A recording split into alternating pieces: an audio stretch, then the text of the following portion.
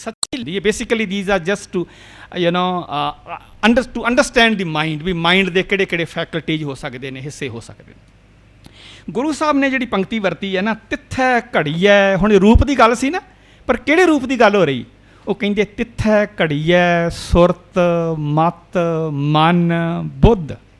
Example दे के समझाया, तिथै घड़ीऐ सुरां सिद्धां की सुध, सुध सुध शब्द भी नोट कर लो, ਇਹੋ जी सुध, ਇਹੋ जी बुद्ध, ਇਹੋ जी सुरत, ਇਹੋ जी मत जिहड़ी है वो लैके आनी। वो किहो जी है, ये बारे आप हुण थोड़ा जिहा डिटेल में गल करते हैं, गुरबाणी विचों प्रमाण लैके। सब तो पहला शब्द है सुरत। सुरत का इंग्लिश ट्रांसलेशन आप करिए तो वो ये देख के भी गुरबाणी में ये किस किस मीनिंग में वरती गई है, तो that becomes like Surat मीनस attention, Surat मीनस focus of mind. Surti आप कहने ना, तेरी सुरत कित्थे है, तेरा ध्यान कित्थे है। एक बड़ी खूबसूरत पंक्ति है गुरबाणी की, कहते ने फाही सुरत मलूकी वेस। फाही कहते ने डिसैप्टिव, तो मलूकी कहते ने सेंटली। पहरावा तो सेंटली है, पर सुरती ध्यान फोकस ऑफ माइंड वो आंदे बड़ा डिसैप्टिव है, वो हिपोक्रेट वाला है। तो उतों पता लगता भी ध्यान की गल, सुरती का मतलब ध्यान सिंपली सेइंग। सो ये जोड़े वर्ष आप शब्द लिखे से ना, सुरत सुरती बिरती लिव ध्यान, ये सारे ही एक दूजे के सिनोनिमस ने। सुरती बिरती ध्यान ते लिव, ये बारे असीं देखते हैं जी। तुहानूं शायद याद होएगा, जे मैं पूछां भी कोई इहो जी पंक्ति याद आई सुरत तो, जिन्हों असीं कह सकते हैं भी सब तो वन ऑफ द फंडामेंटल तुक फ्रॉम गुरु ग्रंथ साहिब। सुरत की असीं जदों गल करते हैं, एक एडी खूबसूरत पंक्ति है जी फाउंडेशन ऑफ सिੱਖੀ है। गुरु नानक साहब जो सिद्धां दे कोल गए ना, योगियां दे कोल, उत्थे उन्होंने क्वेश्चन गुरु साहब नूं कीता। पहलां तो गुरु साहब नाल आर्गूमेंट करते हैं, फिर बाद में जो निरतर हो जाते हैं, हार मनते नहीं, फिर गुरु साहब नूं इहो जिहे क्वेश्चनस कर लगते हैं। You seems to be really so enlighten person, who is your guru, तुहाडा गुरु कौन है, तुसीं किस दे चेले हो। तो गुरु साहब का जवाब पता की सी, एडा जवाब तुहानूं याद होएगा, पर कभी इस ते रिफ्लैक्ट करियो कि असीं सिख लोग इंडिविजुअली ते कलैक्टिवली उस गुरु के स्टेटमेंट नूं किन्ना क समझे हैं, किन्ना क फॉलो करते हैं। मेरे हिसाब नाल शायद 100 चों 10 नंबर भी नहीं आउणगे अपने। गुरु साहब का जवाब सी, तो जवाब ऐसा यूनीवर्सल जवाब है ना, अज किसी नूं कह दो तुसीं, कोई भी भावें रब नूं मनण वाला होवे जां ना मनण वाला, ये साडे गुरु का पैगाम है, he will say yes that's truth, that's reality of life. की कह रहे गुरु साहब, गुरु कौन है, शब्द गुरु है। बड़ी वड्डी गल, नॉलेज विजडम। चार फेरे वेखो, जो कुछ डिवेलपमेंट तुसीं वेख रहे हो ना होई है, जो रिसर्च हो रही है, जो असीं पढ़ रहे हैं सुन रहे हैं, ये सारे दी सारी कित्थों आई है, out of wisdom. Wisdom of great people, wisdom of scientist, wisdom of philosophers. धर्म की ने, ये महान जड़ियाँ व्यक्तियां सी, उन्हां दी डिवाइन विजडम जिहड़ी उन्हां दे अंदरों रिवील हुई है। ये दुनिया की फाउंडेशन है विजडम। ताई कबीर साहब ने कहा है, कबीर कबीरा जहाँ ज्ञान तहाँ धर्म है। पर यह ज्ञान डिवाइन विजडम की गल कर रहा है, निरी इनफॉर्मेशन या नॉलेज की गल नहीं कर रहा। सो गुरु साहब ने कहा सी, उन्हें पूछा तेरा कमन गुरु जिसका तू चेला, तो गुरु साहब का जवाब सी शब्द गुरु। तो अगला पार्ट होर भी इंपॉर्टेंट सी, परहैप्स शब्द गुरु नूं ते असीं किसी ना किसी फॉर्म में मन रहे हैं। गुरु ग्रंथ साहब जी का प्रकाश हुंदा, आपां मत्था टेकते हैं, पर अगला हिस्सा उहदे ते नंबर बिल्कुल ही घट जाते हैं। फिर गुरु साहब ने कहा सी चेला कौन है, असीं तो शरीरां नूं चेले मनी बैठे हैं। उन्हें कहा सी सुरत धुन चेला, धुन माने शब्द की धुनी। जो पाठ करना ना, शब्द की धुनी पैदा हो रही है, वॉइस आवाज़, एक ओंकार सतनाम, ये मन इत्थे जुड़िया होवे, की बोलिया जा रहा है, की सुनिया जा रहा है, कॉन्सटेंटली ध्यान उत्थे लगा हो। साखी है गुरु नानक साहब, तुसीं जानते हो, वेई नदी चो जो बाहर आए तो उत्थे गलबात हुई। गुरु साहब ने कहा ना को हिंदू ना मुसलमान, तो उन्होंने कहन लगे जी इदां दी गल है, तो फिर आओ साडे नाल नमाज पढ़ो। तुसीं सारे जानते हो वो साखी का एसेंस। मैं कहना एडी खूबसूरत गल साडे बाबे ने जी पहली साखी सी, तो पहली गल ही उत्थों की। याद है की होया सी, ਗੁਰੂ ਸਾਹਿਬ ਮਸੀਤ ਜਾਂਦੇ ਨੇ, ਉੱਥੇ ਕਾਜ਼ੀ ਹੈ, ਉੱਥੇ ਹੋਰ ਸਾਰੇ ਨੇ, ਨਮਾਜ਼ ਪੜ੍ਹੀ ਜਾ ਰਹੀ ਹੈ, ਗੁਰੂ ਸਾਹਿਬ ਚੁੱਪ ਖਲੋਤੇ ਰਹੇ। ਮਗਰੋਂ ਉਹਨਾਂ ਨੂੰ ਪੁੱਛਿਆ ਗਿਆ, ਤੁਸੀਂ ਕਹਿੰਦੇ ਸੋ ਮੈਂ ਤੁਹਾਡੇ ਨਾਲ ਨਮਾਜ਼ ਪੜ੍ਹਾਂਗਾ, ਤੁਸੀਂ ਪੜ੍ਹੀ ਨਹੀਂ। ਅਤੇ ਵੇਖੋ ਗੁਰੂ ਸਾਹਿਬ ਦਾ ਜਵਾਬ, ਅਤੇ ਫਿਰ ਕੰਪੇਅਰ ਕਰੋ ਸਾਡੇ ਜਵਾਬ ਕੀ ਨੇ।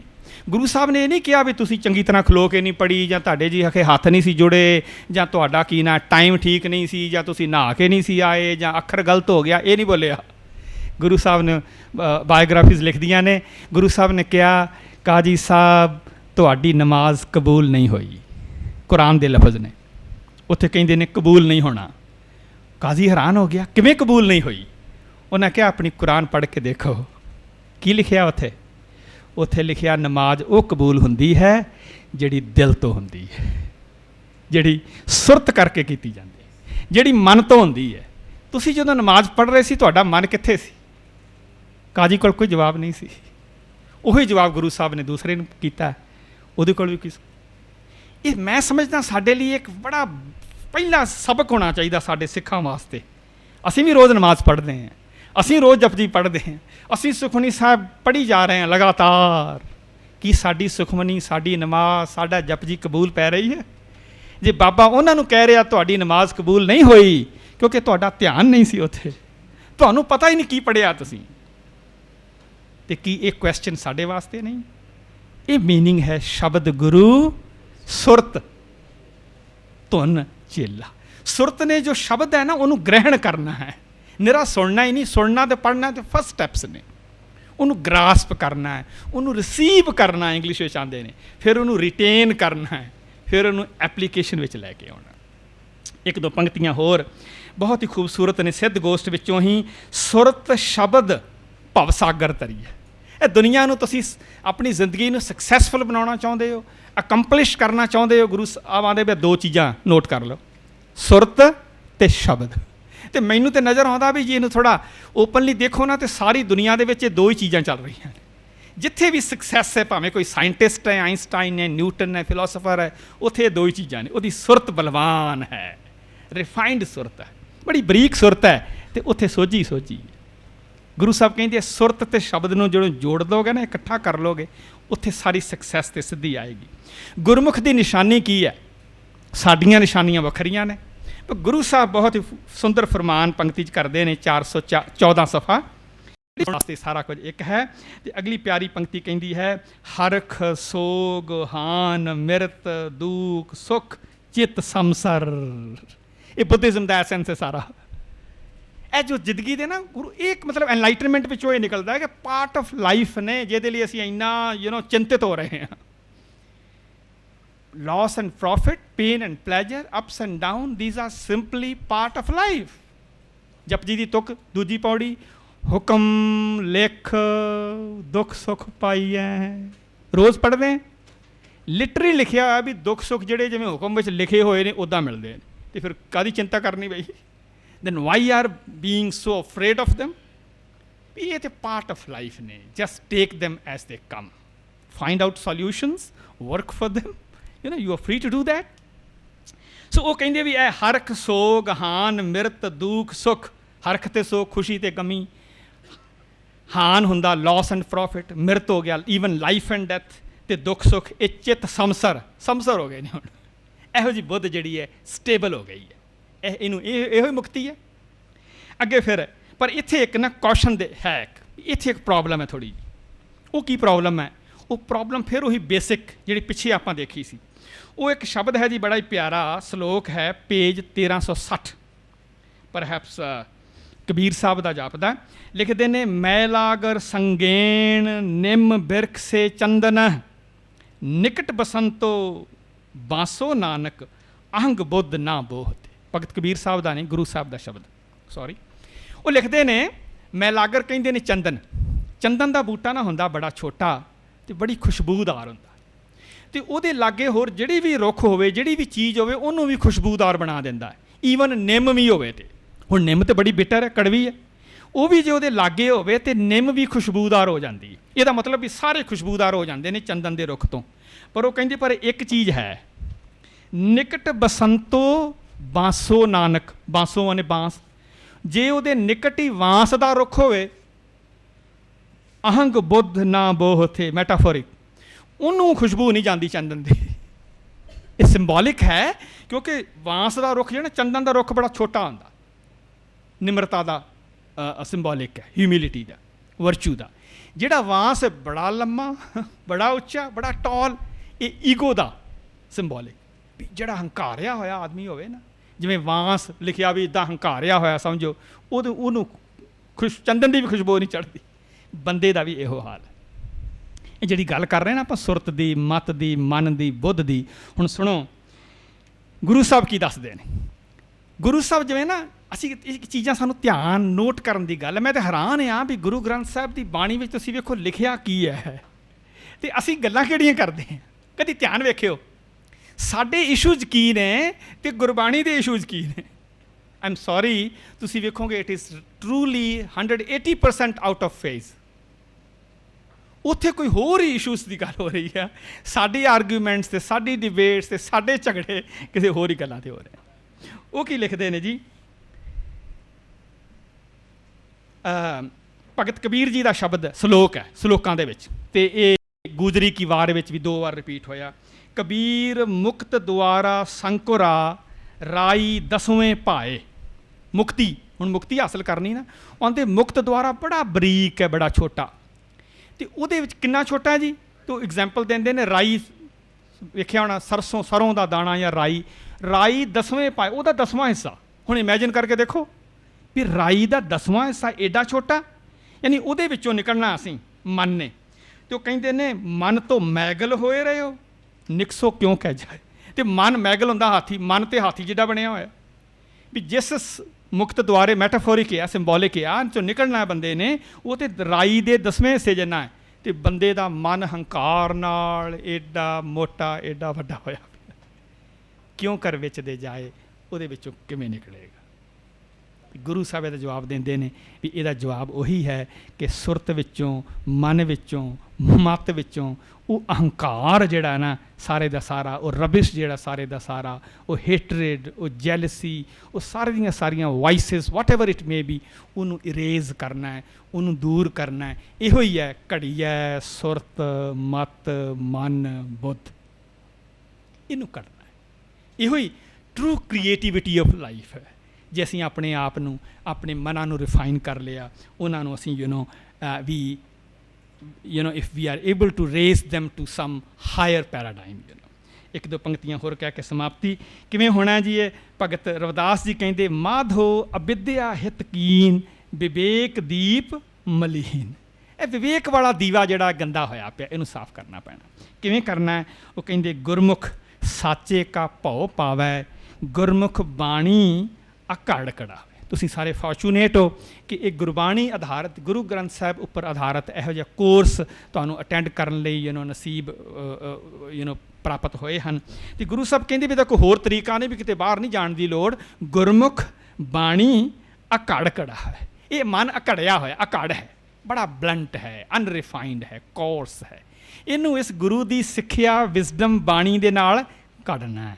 ਅਤੇ ਘੜ ਕੇ ਉੱਥੋਂ ਕੀ ਬਣਨਾ, ਇੱਕ ਉਹਦਾ ਸੈਂਪਲ ਹੈ, ਇੰਡੀਕੇਸ਼ਨ ਹੈ, ਗੁਰਮੁਖ ਵੈਰ ਵਿਰੋਧ ਗਵਾਵੇ। ਆਪਣੇ ਅੰਦਰੋਂ ਇਹ ਵੈਰ ਵਿਰੋਧ ਕੱਢ ਦੇਵੇ।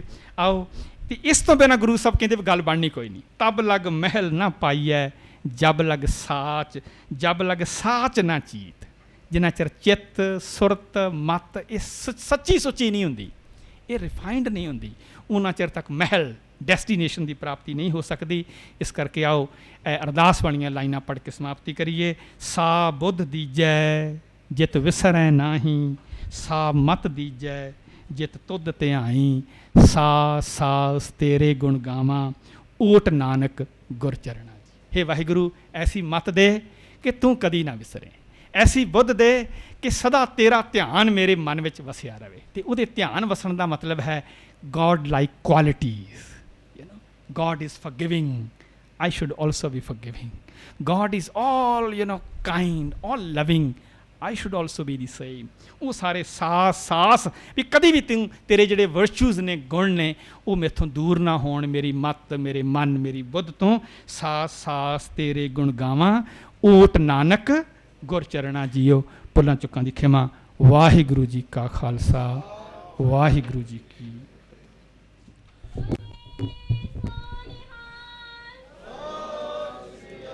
ਧੰਨਵਾਦ ਡਾਕਟਰ ਜਸਵੰਤ ਸਿੰਘ ਜੀ। ਆਪਨੇ ਇਹ ਟੌਪਿਕ ਨੂੰ ਗੁਰਬਾਣੀ ਦੀਆਂ ਤੁਕਾਂ ਨਾਲ ਬੜੀ ਖੂਬਸੂਰਤੀ ਨਾਲ ਪੇਸ਼ ਕੀਤਾ ਹੈ। ਤੇ ਮੈਂ ਬੈਠਾ ਹੀ ਸੋਚ ਰਿਹਾ ਸੀ ਗੁਰੂ ਗ੍ਰੰਥ ਸਾਹਿਬ ਦੇ ਅਖੀਰ ਵਿੱਚ ਜਿਹੜੀਆਂ ਥਾਲ ਵਿੱਚ 3 ਵਸਤੂ ਪਈਓ, ਸਤ ਸੰਤੋਖ ਵਿਚਾਰੋ, ਵਿਚਾਰ ਦੀ ਗੱਲ ਕਰ ਦਿੱਤੀ। ਸਤ ਸੰਤੋਖ ਤੇ ਵਿਚਾਰ, ਜੇ ਕੋ ਖਾਵੇ ਜੇ ਕੋ ਭੂੰਚੇ। ਇੱਥੇ ਭੂੰਚੇ ਦਾ ਮਤਲਬ ਇਹ ਹੀ ਹੈ ਡਾਈਜੈਸਟ ਕਰੇ, ਜਿਹੜਾ ਫੋਲੋ ਕਰੇ।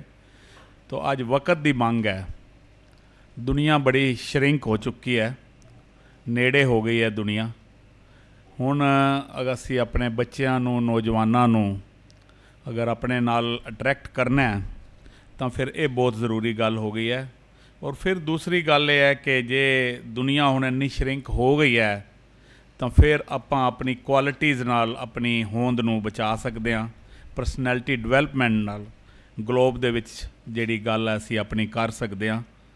ਯੰਗਸਟਰ ਨੂੰ ਨਾਲ ਲੈ ਕੇ ਚੱਲਣਾ ਹੈ ਔਰ ਇਹ ਬਹੁਤ ਜ਼ਰੂਰੀ ਹੈ। ਵਿਕਾਸ ਦੀ ਦੁਨੀਆ, ਅਸੀਂ ਵਿਕਾਸ ਦੀ ਦੁਨੀਆ ਬਣਾਉਣਾ ਚਾਹੁੰਦੇ ਹਾਂ। ਵਿਕਾਸ ਅਤੇ ਵਿਕਾਸ ਦਾ ਬਹੁਤ ਫਰਕ ਹੈ। ਵਿਕਾਸ ਔਰ ਵਿਕਾਸ ਜਦੋਂ ਅਸੀਂ ਗੁਰਬਾਣੀ ਦੇ ਹਿਸਾਬ ਨਾਲ ਚੱਲਾਂਗੇ, ਆਪਣੀ ਤਰੱਕੀ ਕਰਾਂਗੇ, ਇਸ ਦੁਨੀਆ 'ਚ ਵਿਚਰਾਂਗੇ, ਤੇ ਉਹ ਵਿਕਾਸ ਦੀ ਗੱਲ ਹੁੰਦੀ ਹੈ। ਇਹਨੂੰ ਕਹਿੰਦੇ ਨੇ ਇੱਕ art of thinking and art of learning.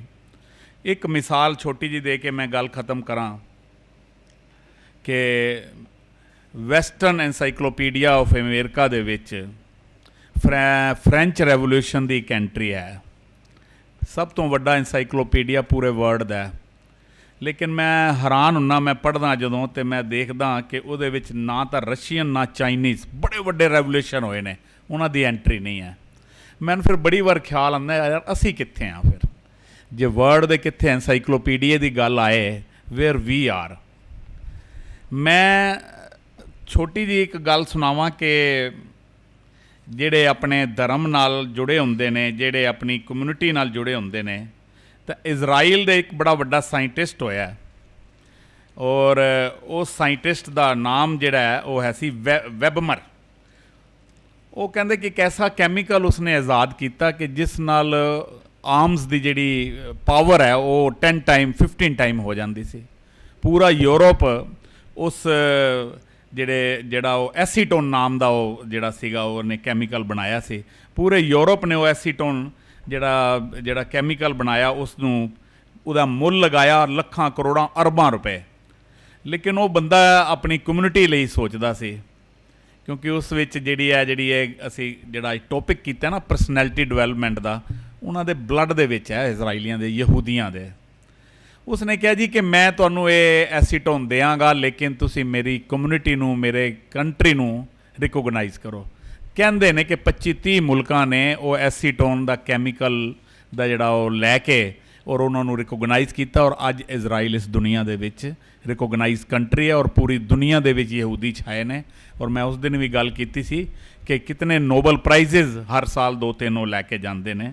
ਤੋ ਇਹ ਜਿਹੜੀ ਸਾਰੀ ਗੱਲ ਅਸੀਂ ਇਹ ਕੀਤੀ ਕਿ ਜਦ ਤੱਕ ਪਰਸਨੈਲਿਟੀ ਡਿਵੈਲਪਮੈਂਟ ਦੀ ਗੱਲ, ਜਦ ਤੱਕ ਸਾਡੇ ਬੱਚਿਆਂ ਦੇ ਵਿੱਚ ਆਪਣੇ ਕੌਮ ਪ੍ਰਤੀ, ਆਪਣੇ ਸੁਸਾਇਟੀ ਪ੍ਰਤੀ, ਆਪਣੇ ਪਰਿਵਾਰਾਂ ਪ੍ਰਤੀ ਅਗਰ ਚਾਹੁੰਦੇ ਹਾਂ ਕਿ ਇਹ ਥਿੰਕਿੰਗ ਆਏ, ਆਰਟ ਆਫ ਥਿੰਕਿੰਗ ਜਾਂ ਆਰਟ ਆਫ ਲਰਨਿੰਗ, ਤਾਂ ਫਿਰ ਸਾਨੂੰ ਗੁਰਬਾਣੀ ਨੂੰ ਸਮਝਣਾ ਪਏਗਾ ਔਰ ਫਿਰ ਉਸ ਨੂੰ ਅਡਾਪਟ ਕਰਨਾ ਪਏਗਾ। ਜੀ ਹੁਣ ਟਾਈਮ ਹੈ, ਇਸ ਤੋਂ ਬਾਅਦ ਅਸੀਂ ਫਿਰ